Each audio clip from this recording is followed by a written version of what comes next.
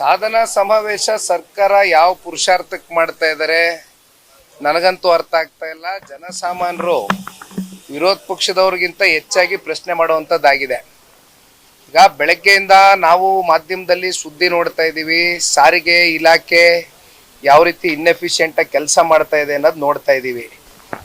ಅಲ್ಲಿ ಇರ್ತಕ್ಕಂಥ ಕಾರ್ಮಿಕರಿಗೆ ಮತ್ತೆ ಅಲ್ಲೇನು ಇಷ್ಟು ವರ್ಷಗಳ ಕಾಲ ಕೆಲಸ ಮಾಡ್ಕೊಂಬಂದಿದ್ದಾರೆ, ಅರಿಯರ್ಸ್ಗಳು ಕೋಟ್ಯಾಂತರ ರೂಪಾಯಿ ಬಾಕಿ ಉಳಿಸ್ಕೊಂಡು ಕೊನೆಗೆ 16 ಬಾರಿ ಸಂಧಾನ ಸಭೆ ಅಂತ ಮಾಡಿ ಬಹುಶಃ 11ನೇ ಸಂಧಾನ ಸಭೆ ಮಾಡಿರ್ಬೇಕು. ಅಂತಿಮವಾಗಿ ಶಕ್ತಿ ಯೋಜನೆ ಮೂಲಕ ಫ್ರೀ ಬಸ್ಸು ಅಂತ ಹೇಳಿದವರು ಕಾಂಗ್ರೆಸ್ ಅವರು ಕೊನೆಗೆ ಸಾರಿಗೆ ಇಲಾಖೆ ಇವತ್ತು ಎಲ್ಲಿ ಬಂದು ನೆಲ ಕಚ್ಚಿ ನಿಂತಿದೆ ಅಂತ ಉತ್ತರ ಕೊಡಬೇಕಾಗ್ತದೆ. ಒಂದು BMTC ಇರಲಿ, KSRTC ಇರಲಿ, ಇವು ಯಾವುದೇ ವಿಚಾರದಲ್ಲಿ ಖರೀದಿ ಮಾಡ್ಲಿಕ್ಕಾಗಿದೆಯಾ? ಒಂದು ಟೈರ್ ಕೂಡ ಬದಲಾವಣೆ ಮಾಡೋಕ್ಕಾಗ್ತಲ್ಲ. ಒಂದು ಮೇಂಟೆನೆನ್ಸ್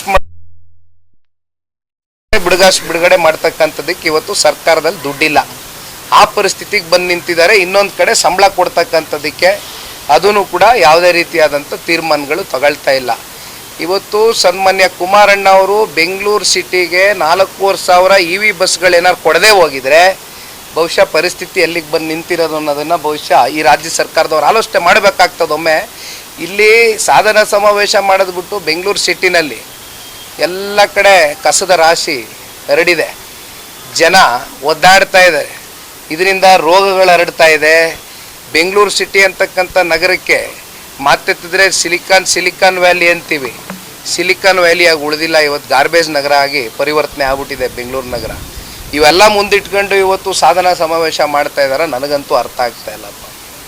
ಏನೋ ಪತ್ರಿಕೆಗಳಲ್ಲಿ ಮಾಧ್ಯಮಗಳಲ್ಲಿ ದೊಡ್ಡ ಜಾಹೀರಾತುಗಳು ಕೊಟ್ಕೊಂಡು ನಾನು ಮೊದಲನೇ ಬಾರಿ 5 ವರ್ಷ 4 ದಿನ ಮುಖ್ಯಮಂತ್ರಿಯಾಗಿ ಕೆಲಸ ಮಾಡಿದ್ದೆ, ಈಗ ದಿವಂಗತ ದೇವರಾಜ ಅರಸು ಅವರ ಮುಖ್ಯಮಂತ್ರಿ ಏನು ಭಾಳ ವರ್ಷಗಳು ರಾಜ್ಯದಲ್ಲಿ ಆಗಿದ್ರು, ಅವ್ರನ್ನೂ ಕೂಡ ಬೀಟ್ ಮಾಡಿ ನಾನು ಒಂದು ಹೆಜ್ಜೆ ಮುಂದೆ ಹೋಗ್ಬಿಟ್ಟಿದ್ದೀನಿ, ಚಾಂಪಿಯನ್ ಲೀಡ್ರು ಅಂತ ಮಾನ್ಯ ಮುಖ್ಯಮಂತ್ರಿಗಳೇನು ಪ್ರೊಜೆಕ್ಟ್ ಮಾಡ್ಕೊಳ್ತಾರೆ.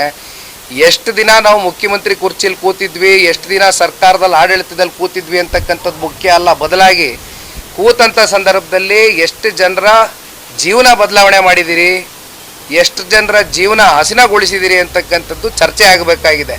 ಆದರೆ ಸಾಧನಾ ಸಮಾವೇಶ ಕೇವಲ ಸರ್ಕಾರದ ದುಡ್ಡಲ್ಲಿ ಇವತ್ತು ಮೋಜು ಮಸ್ತಿಗೆ ನಾವು ಕಟ್ತಾ ಇರ್ತಕ್ಕಂಥ ತೆರಿಗೆ ಹಣದ ಮೂಲಕ ಮೋಜು ಮಸ್ತಿ ಮಾಡ್ಕೊಂಡು ಕೂತಿದ್ದಾರೆ ಹೊರತುಪಡಿಸಿ ಇದರಿಂದ ಯಾರು ಹೊಟ್ಟೆನೂ ತುಂಬ್ತಾ ಇಲ್ಲ.